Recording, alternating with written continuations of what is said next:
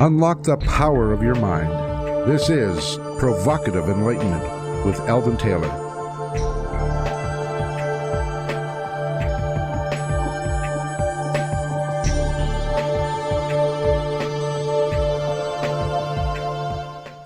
Welcome and thank you for joining us today. The next hour is devoted to learning something more.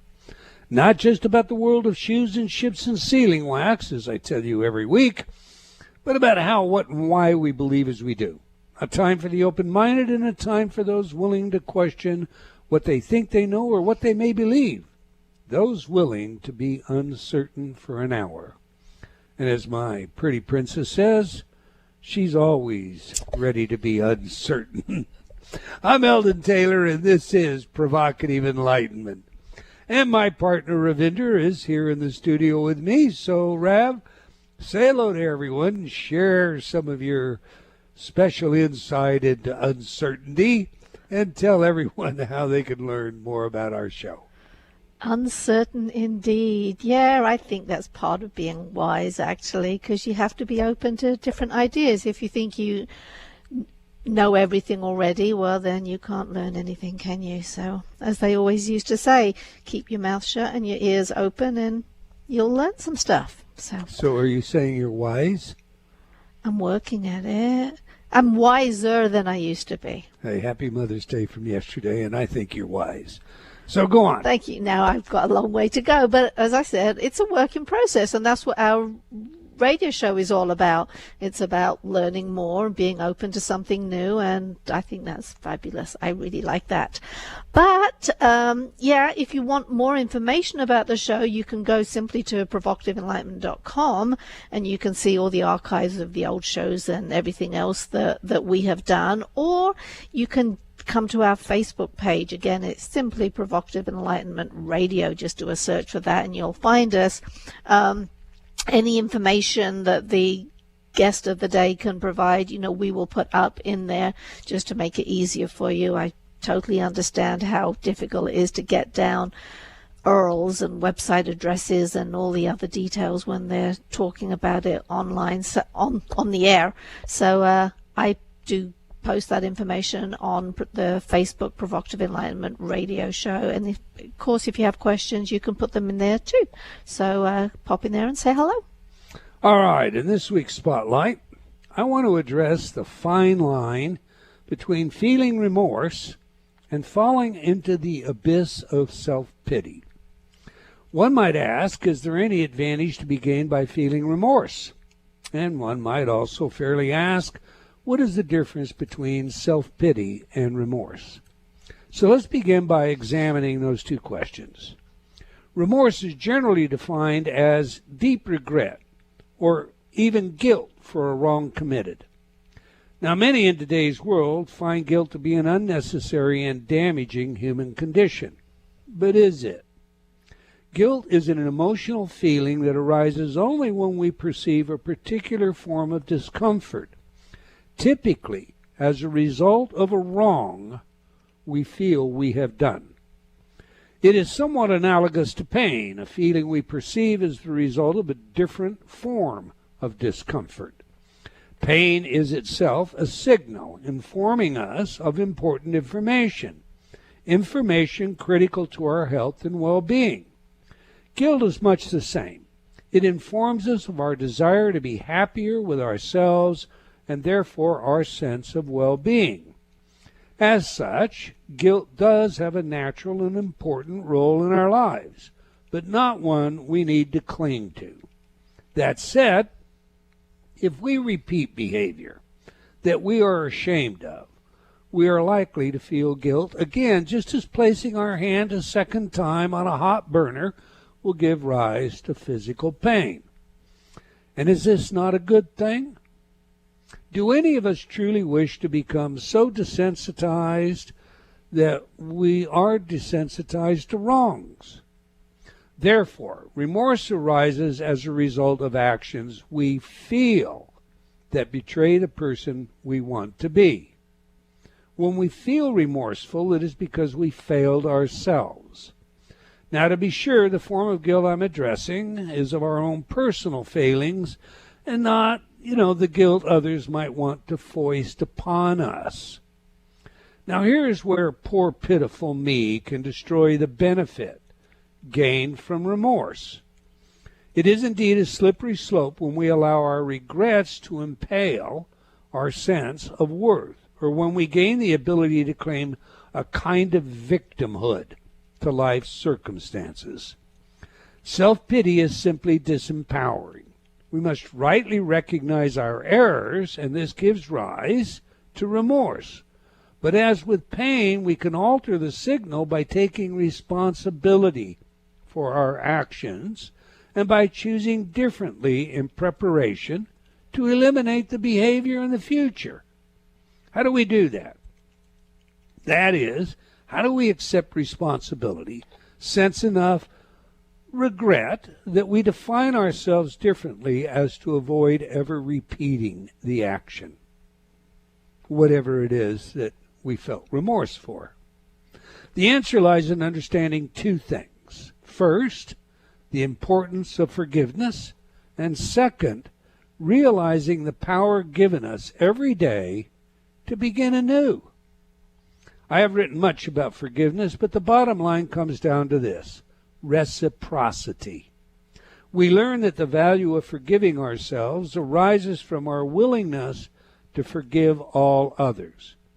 When we find forgiveness in our heart for others, we obtain the capacity to extend it to ourselves.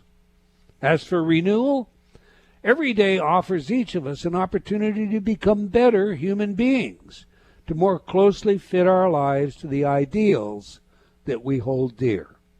Whether we decide to do this every day or not matters little to whether or not another day comes. In other words, if today is Tuesday, tomorrow will be Wednesday, regardless of your decision to be a better person, to climb higher on your ladder of self-actualization, or to improve your opinion of who you are based on what you do. Given this understanding, a person may begin to ask themselves, as I do, how high is up? How good is good? When you ask this of yourself, if you're at all like me, you'll find many opportunities to improve, to give more, to help more, etc. Those are my thoughts. What are yours, Ravinder? I think that's a great piece that you just went through. There are things in there that I have worked on all my life.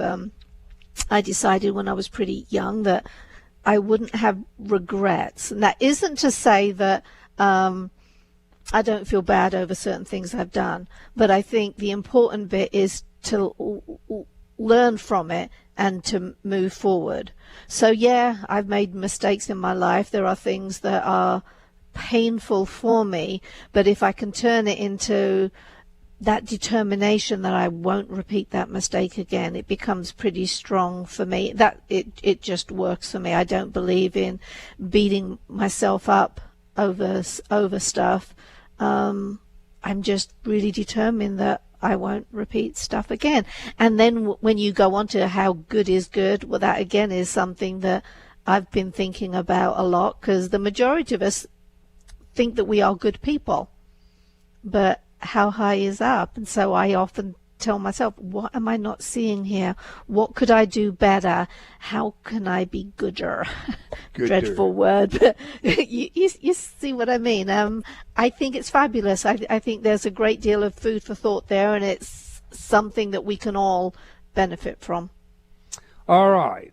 Every week I read some of your letters as our way of involving you while paying respect to the very important role you play in making this show successful. Last week our show featured the book and course, Know Thyself, with Professor Mitchell Green.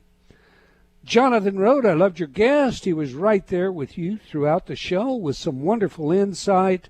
I'm going to enroll in his free Coursera course. I took that course, Jonathan. You're going to love it. May wrote, I love Coursera, but somehow I missed Professor Green's class. You can count. I'm going to find it now. Richard wrote, you have been having some super shows. I hope so, Richard. Moving on, Scott wrote, your guided meditation, hypnosis MP3s are keeping us sane during this time. Thank you. Anne wrote, "Hey, Eldon, I come from a long line of nature lovers who meditate, and oh my God, I love, love, love your products, and the beautiful messages you send to me are truly works of art. I have a small tribe of some 3,000 people on my list that I will recommend to you." Well, thank you, Anne, and all of you for your comments and letters. Okay, that's all the time we're going to take for letters today, but we do love your feedback, so please keep it coming. You can opine by sending me an email at eldon@eldontaylor.com. That's ELDON at eldontaylor.com, or by joining me on Facebook at Dr. Eldon Taylor. We do sincerely appreciate your comments and suggestions. Now to today's show, How to Suffer with William Arntz. So let me tell you a little about William. William Arntz is a physicist, software entrepreneur, filmmaker, and author. He wrote simulators for the early Star Wars program, created software that the Fortune 500 world runs on, and created the What the Bleep Do We Know movie and books. Author Lynn McTaggart said this about William's new book, How to Suffer, quote, "As hilarious, irreverent, and wise a book on how we make ourselves suffer as you're ever going to read." And it is precisely that. It lives up to Lynn's definition. Okay, on that, let's get our guest in here. Welcome to Provocative Enlightenment, Mr. William Arntz. Well, thank you for having me here. Good to be here. We like to know three things on this show, Will. Who is the messenger? What is the message? And, of course, how do we use that? So to begin, what are you passionate about and why? Well, what I am passionate about, and this changes. Right now, I am passionate about this book that I wrote, much to my surprise that I wrote it, and really, having people become more aware of the suffering that they all go through and what it does to their life, and that it is really something we all have and we all need to deal with. So that's passionate.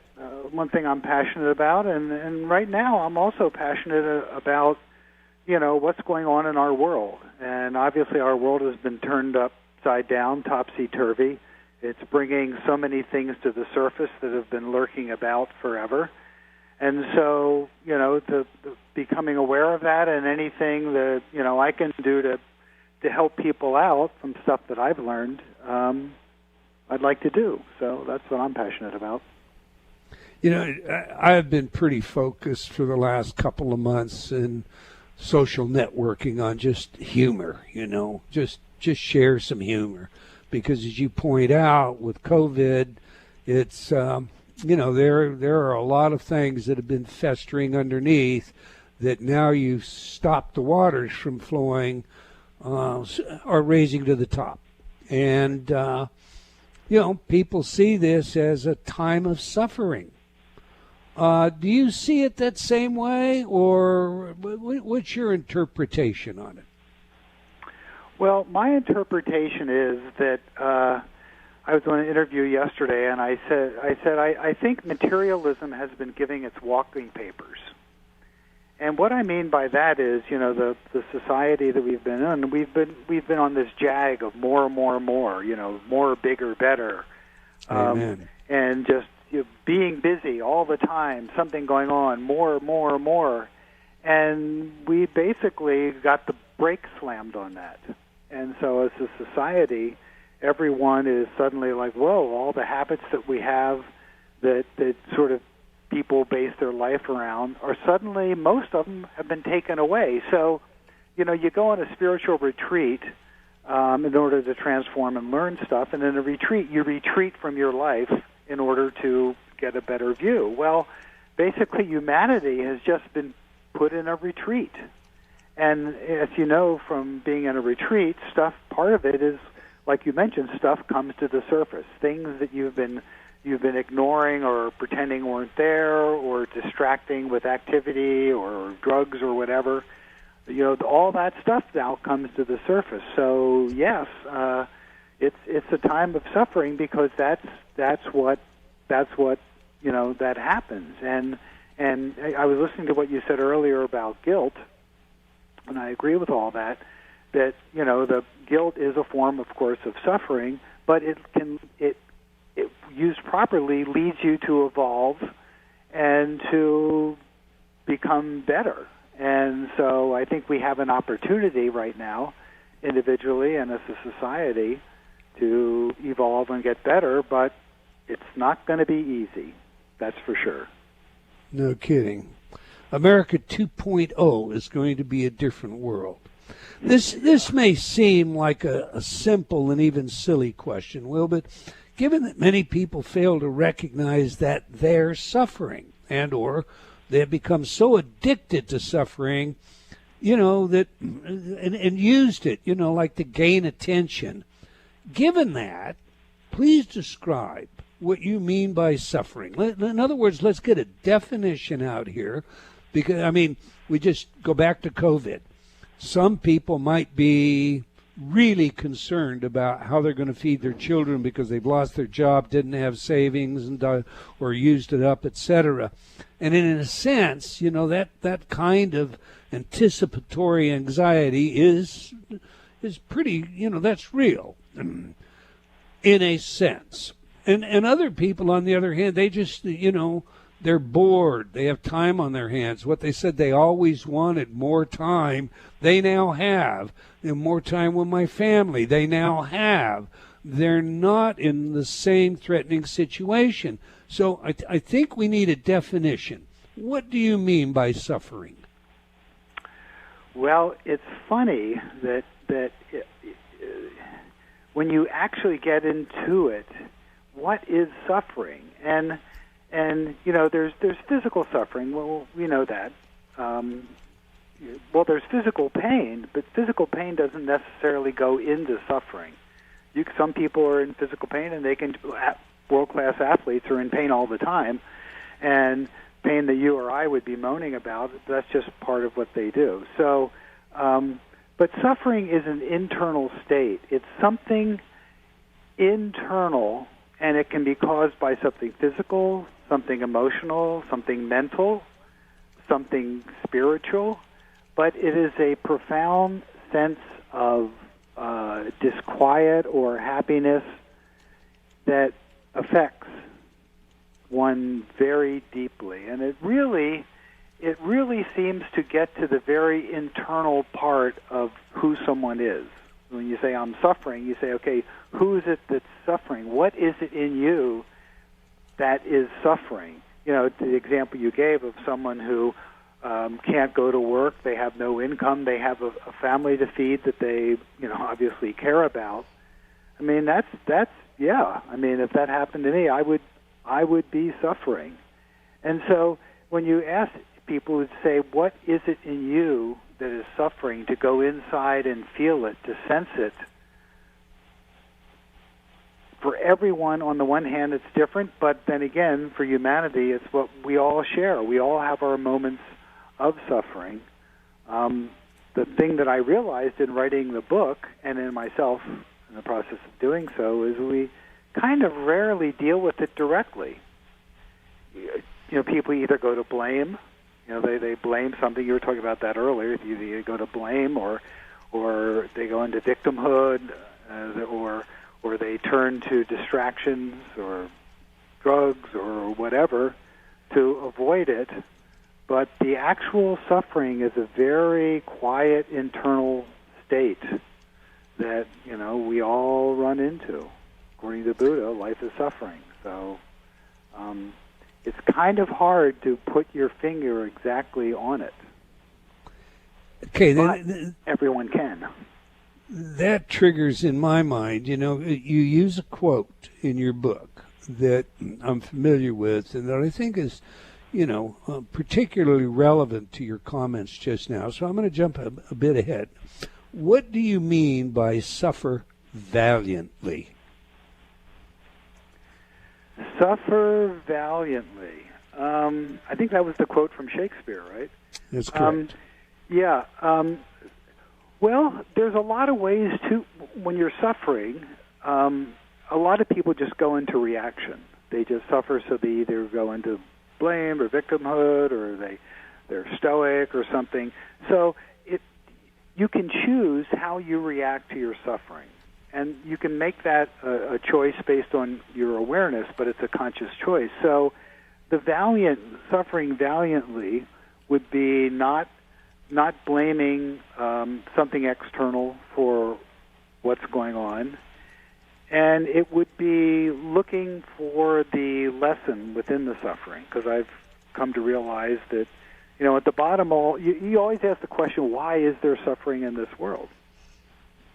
And it appears that it is there to goad us on to evolving. And so when you suffer valiantly, instead of blaming someone or something else, you say, okay, there's something here that I have to learn. It's painful, and being valiant is something that with you can stand the pain to do something greater.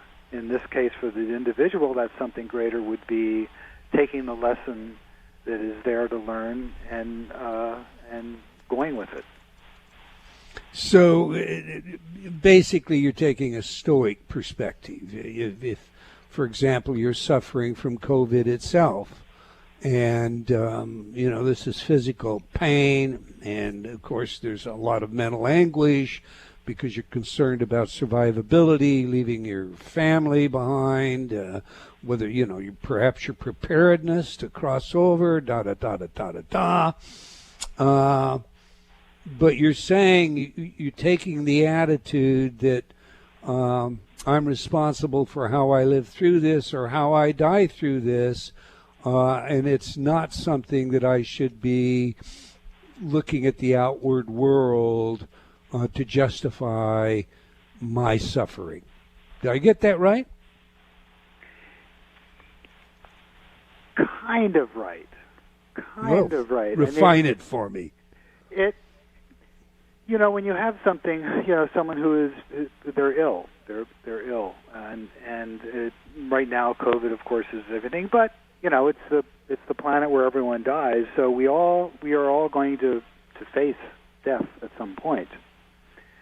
So then the question is, okay, facing it, as you face it, you can face it and be freaked out and upset or something, but also there's the thing is when you face, they say, oh, I could die. Suddenly, that changes your perspective on everything.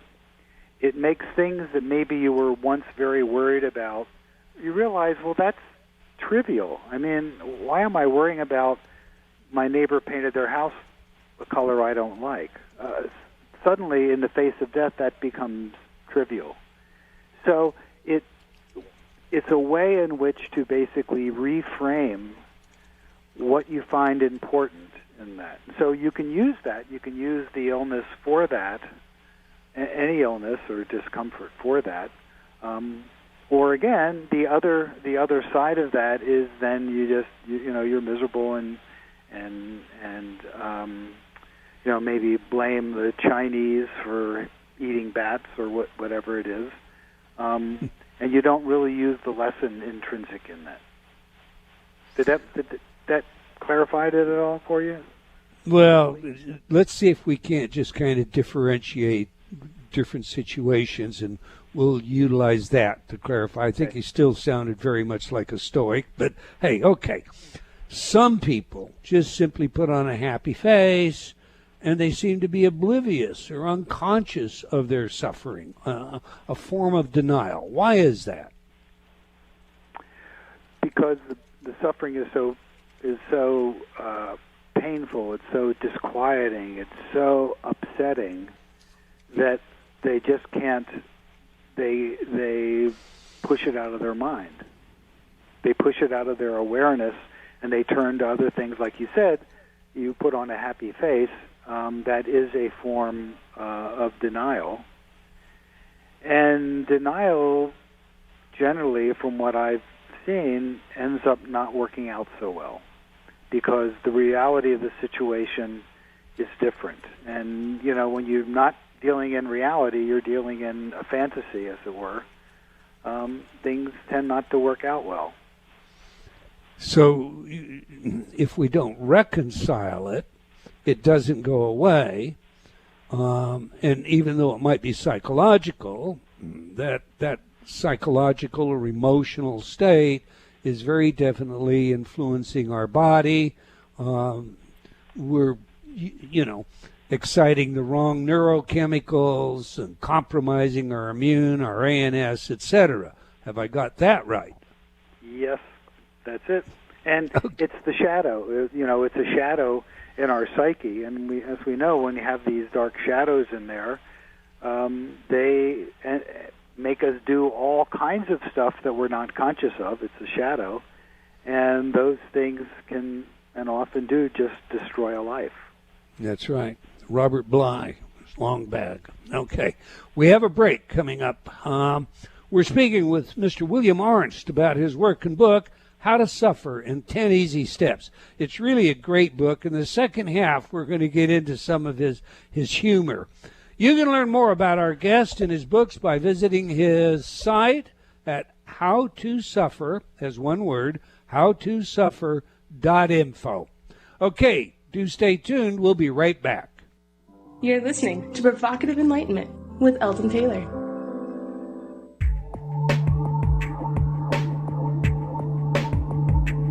Unlock the power of your mind.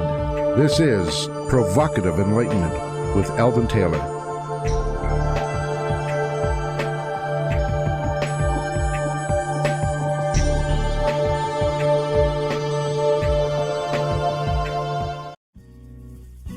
Change has never been easier. Whether you wish to lose weight, stop smoking, build better relationships, become creative, enjoy ultra prosperity, or simply relax and promote self-healing, InnerTalk has been repeatedly demonstrated effective in the most rigorous of scientific studies. Our customers love InnerTalk. Sean wrote, "I have struggled with bulimia for over 30 years and have never been able to lose weight without restoring to it until I used InnerTalk." Vicky wrote, "My hubby has been using the Stop Snoring CD and already his dangerous and raucous snoring levels have stopped." Celeste wrote, "I recently graduated from Taft Law School with honors. I'm writing to tell you how much your InnerTalk CD, Excel in Exams, has helped me. With over 300 titles to choose from, there is something for everyone. Check it out today by going to innertalk.com. Welcome back. If you just joined us, we're chatting with William Arntz about his work and book, How to Suffer in 10 Easy Steps. You can learn more about our guest and his book by visiting How to Suffer, as one word, howtosuffer.info. Okay, every week we ask our guests for their favorite music that has some real meaning to them. Music psychology is a field of research with practical relevance in many areas, including intelligence, creativity, personality, and social behavior. So, on that, your chosen music is Waylon Jennings and Luckenbach, Texas. Tell us, why is this music important to you? And more importantly, how does it inform us about who you are? Well, I started listening. I don't listen that much to country music, but, it just came up on the Pandora channel, a couple years ago, and I just stopped and I just listened to it. The successful life we're living has us fighting like the Hatfields and McCoys. Yep. And I just said, that just sums up so much of what I see going on in the world, that everyone is so into being successful and so running around and so pushed to that, and they said, let's get back to the basics of love. And so that because of that, people would just do, and couples are fighting, and they're fighting with their kids, and there's just so much in this drive to, I mentioned that earlier, get more and more and more. And that just sums it up for me. And it's particularly now when basically, like I said, the society, the world has been kind of has been sent to Luckenbach, Texas, and, to rediscover what's really important. I mean, I've heard I heard Governor Cuomo on the news a few weeks ago saying, I had a conversation with my daughter, a 2-hour conversation. We just sat and talked for 2 hours. I don't know if I've ever done that. You know, let's get back to the basics of love. Let's get back to the basics of what is really important to people and what really gives us meaning and joy in our lives. And so that's why I picked that song. Most country western music has some kind of moral message in it. I love country music. I'm one of these people that if I'm driving in my car and it's just background, well, that's jazz for me, and I'm fortunate we have a really good jazz station here. If I'm studying, well, that's classical music for me, Adagio Largo. But if I'm in my truck, I've got country western on. You know, just like when we change our clothes, we change a little bit of who we are, our persona. It was a great message. I agree with you. It's a wonderful song. I want to double back a little bit, Will. Before the break, we're talking about denial. And, you know, denial is a coping strategy. Sometimes those coping strategies can be healthy, though, and I didn't want to leave it with where we had. So let's take a little bit of a different example. Loss of a loved one. It's a grieving process that is definitely suffering. Sometimes, would you agree that it's okay to put it out of your mind as a part of the coping method to get some distance before I really integrate it? Absolutely. Absolutely. And in fact, the second half of my book, you know, the first half it talks about the 10 easy steps to suffer, you know, the idea like blame and whatnot. That's obviously you do the opposite. But the second half of the book I say the 6 slippery steps to end suffering. And the reason they're slippery is because you have to employ wisdom to decide when to do it, when to surrender to something, when not to. So the denial is actually one of those slippery steps. You're absolutely right. Sometimes it's just too much. It's just too much to deal with it and look at it, and you just need to take a break. And that's really why the wisdom of when to do it and when not to do it. I mean, another country western song comes to mind, know when to hold 'em, know when to fold 'em. Yep. You know, that's Kenny Rogers. Yeah, and that's to know when it's just too much. You just can't deal with the loss of a loved one, and so just go to a movie. You know, just go take a break. And that's in all of this in our lives, we have to know, you know, when to do that, when to surrender to something that happens. You know, the example I give is like surrender is like, well, in the early 60s, the civil rights movement, you know, some people said, well, this is just the way it is. You know, they told African Americans, this is the way it is, just surrender to it. And someone said, no, we're not going to surrender to this. This is wrong, and we're going to do something about it. So all of these strategies to deal with suffering, there's no formula. There's no formula, and this is where, you know, wisdom comes in. All right. Speaking of wisdom, I think again, we're differentiating the different types of suffering, but there can be advantages that are gained from suffering. I mean, there's some folks that, you know, for all intent and purposes, they gain a great deal of attention, they may feel important, they find others to share their suffering and so forth. You know, I have a lie detection examiner friend. I was a lie detection examiner for years in Australia that teaches courses to law enforcement, and he actually has a metaphor for that. And that metaphor he calls the SH blank T cookies. This is, you know, the person who's riding through life on the escalator, jumping in the air to catch another one of these S cookies, so that they can share that cookie with other cookie keepers around the water fountain at work, etc. I mean, we've all seen that. You maybe you've been to a club or a party where there are folks gathered, and they're, my day was just horrible today. You know what happened to me, and their partner says, "Oh, that's so bad," but you know what happened to me today, and they just seem to find this kind of lifestyle a style of choice. What do you tell those people? Well, it is free will. Everyone gets to choose, and those people, there's not really too much to say because, they're using their suffering as a manipulation to get attention, to, maybe get money, maybe to get, whatever, to get sympathy, to become the center. And so they're using it as a manipulation. So all you can do is say, well, that's what you're doing. And some people, this also goes unconscious. There are some people who, or often goes unconscious, who will create situations in their life where they suffer because they're emotionally addicted. And in my What the Bleep movie, we got into that.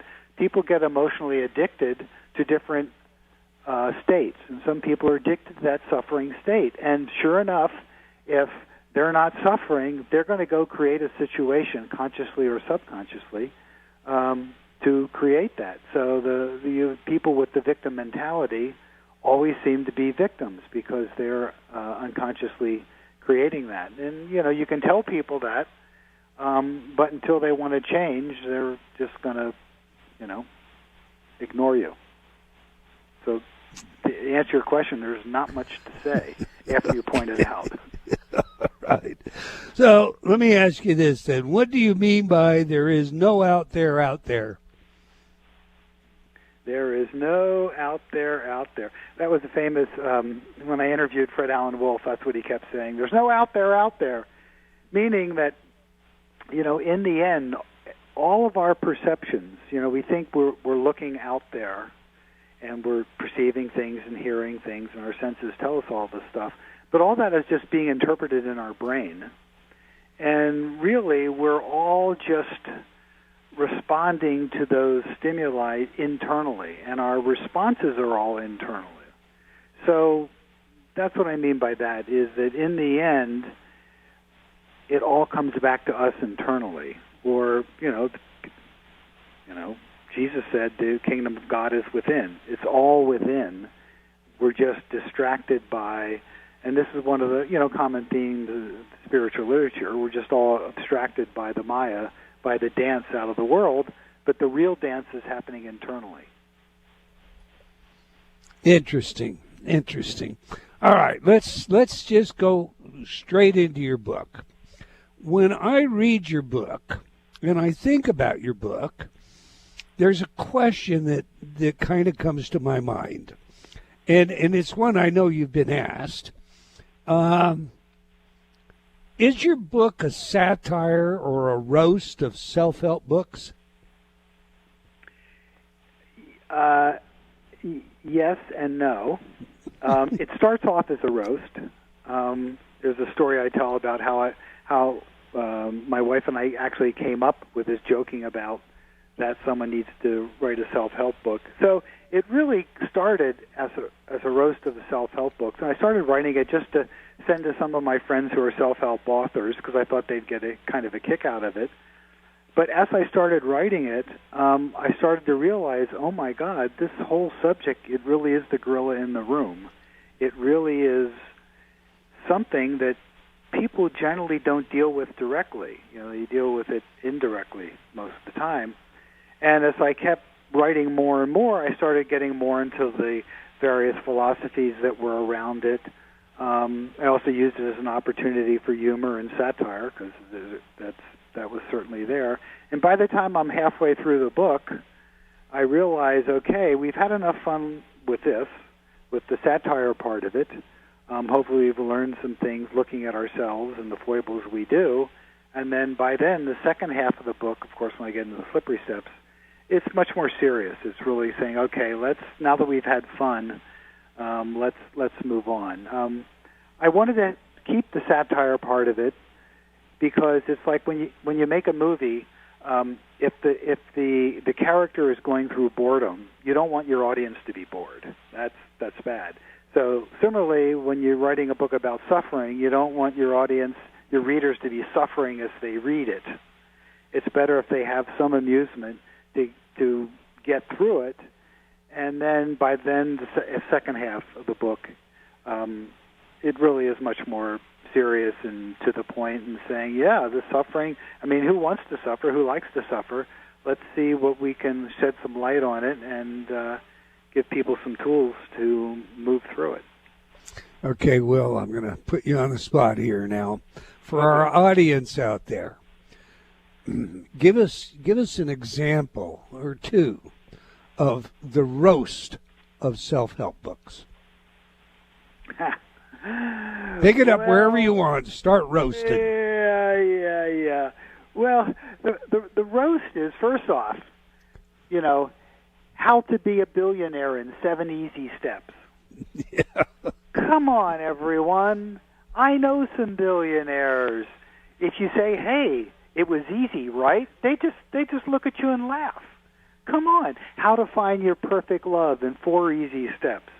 It's kind of this thing where they're promising the world and saying it's going to be easy, and it ain't easy. Generally, to achieve great things, to transform, to do whatever, it's not easy. So that's part of it, and that's part of why I said the 10 easy steps. Now, I say that of all the 10 easy steps, mine's the only one that actually delivers on the promise, because no one wants to suffer, yet everyone does, so therefore it must be easy. So that's my claim to quasi-fame, infamy maybe, that of all the self-help books, mine actually delivers, because it is easy to suffer, and here's how to do it. So that's kind of part of the roast of it. Another thing I say, that a lot of the self-help books, behind the cover, is like how to find your true love and not suffer loneliness. How to be successful on YouTube and not suffer low self-esteem. How to make billions of dollars and not suffer lack. So suffering is kind of the hidden thing behind a lot of these self-help books, and yet they don't deal with it. So I sort of point that out, and then also a bit of the roast is saying that most people, myself included, have a unconscious, some conscious, some unconscious idea that if I was to get everything that I want, if I could have everything I want, I wouldn't suffer. And and I was going along on that track, and then I had my software company. I sold it, made millions. Okay, so I take that off the list, and I always wanted to make make movies that would help consciousness in the world. I did that, and take that off the list. And so the 2 things I really wanted to accomplish that I thought would make my life wonderful, I did, and then I realized, well, I'm glad I did them, but I still suffer. Still things come up. Still, I get upset about things. I still do stupid things to people I love, and it causes me, as you were talking about earlier, guilt and remorse, and it should. So that notion, so I sort of roast that notion that so many of us have that, gee, if I could just get it all, then I wouldn't suffer. So your next book is not going to be How Not to Suffer in 10 Easy Steps. Well, that's really the second half of the book is really could be called How Not to Suffer in 6 Slippery Steps. And like I mentioned, they're slippery because, sometimes forgiveness is the key, and sometimes, and I talk about this in the book, forgiveness is not the key. Sometimes you don't forgive until someone has made amends for what they've done. So, and I talk about that in the ways that they are slippery. So it's kind of 2 books in one, but you only have to buy it once. I think it's a great book. You've got to flesh out for us now your sufferometer, I guess that's what you call it, isn't it? A sufferometer? What is a sufferometer? It's a sufferometer. Sufferometer. Okay, that makes better sense. Yeah, all right. I wrote a chapter. I call it the pseudoscience of suffering, and I come up with charts and graphs. One of the is a graph between pain and suffering, the correlation between the two, and I talk about cycles in nature and this. And I was a physicist, so my mind goes that way. So at the end of the chapter, I say, well, any science, even a pseudoscience, needs some metric in order to gauge what you're talking about. And so here is my gauge of this, the sufferometer. And, I sort of came about it as a, this is part of the roast part of the book. We're having some fun with suffering. So the sufferometer, and the sufferometer, there's a dial on it between 0 and 100, and the idea is that you set the dial to how much you're suffering. So I come up with this thing, and I think it's kind of funny and everything, and then I decide to make one just for fun. I have instructions on how to make one, a little home arts and crafts project. So I make one and put it up on the refrigerator, and then I say, well, let me just start doing this. Start doing this every morning or every afternoon. I'm going to say how much I'm suffering between 1 and 100. Right. The funny thing was, I start noticing, oh my God, this is really something. First off, to be able to put it between 1 and 100, it wasn't as easy as I thought it would be. First off. Secondly, I noticed that I would put it at like 65. And then I'd say, well, yeah, I'm suffering about this. And then I'd look at that and say, that's not really worth a 65. Why am I suffering about this? This is just stupid. And I would just let it go, and I'd have to move it down to 30.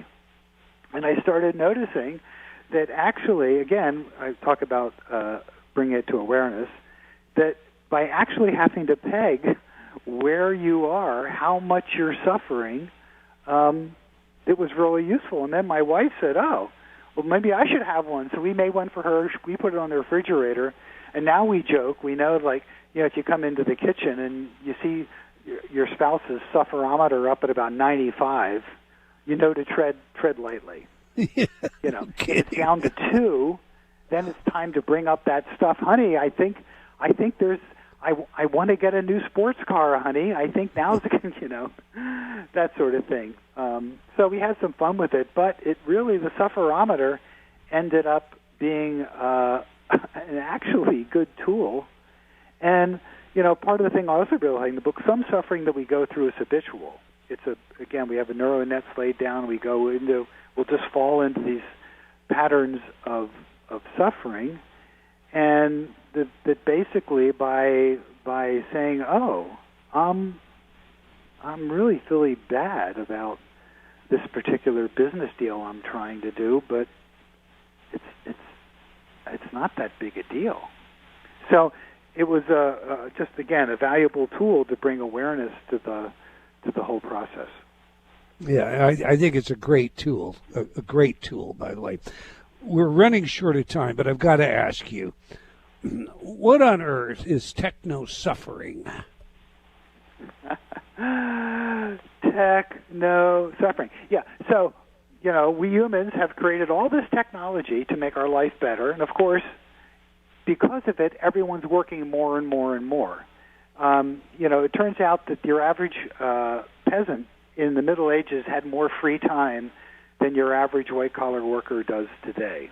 Mm-hmm. And so we're all hooked up to these phones and the computers. Techno-suffering is when the technology just drives you crazy. Like an example is, okay, I got to go somewhere, and I'm going to put in my Google Maps. It's going to take me somewhere. Go to bring up Google Maps. Oh, wait a minute, my phone upgraded last night automatically, so I can't access it. So okay, let me pull that up. Oh, now my old app won't work on the new app because because there's a new OS going. So let me go bring down the new app. Oh, I can't do the new app because, and this one thing triggers, and we've all gone through this with this technology where it gets so complicated and so frustrating.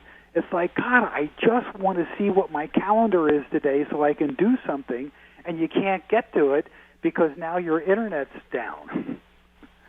So techno-suffering is all of this craziness that all the technology we've developed to make our life better has turned its head and is now just driving us all has us upside down. Yeah, I've got to cut you off, sir. I'm sorry. It is a great read, a great book. I suggest you all get out and get it. I want to thank you for your book and your work, Will, and for your willingness to share it with us. We've come to the end of another episode of Provocative Enlightenment. I want to thank all of you for joining us today. I hope you enjoyed our show and will join us again next week, same time, same place. And do tell your friends. Okay, until next time, wherever you are in the world, remember, believing in yourself always matters.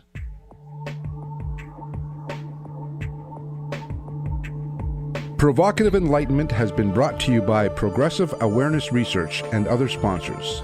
Provocative Enlightenment is a syndicated show and appears on other networks. For a schedule of show times, visit provocativeenlightenment.com. If you're interested in becoming a sponsor, write to Eldon at eldontaylor.com.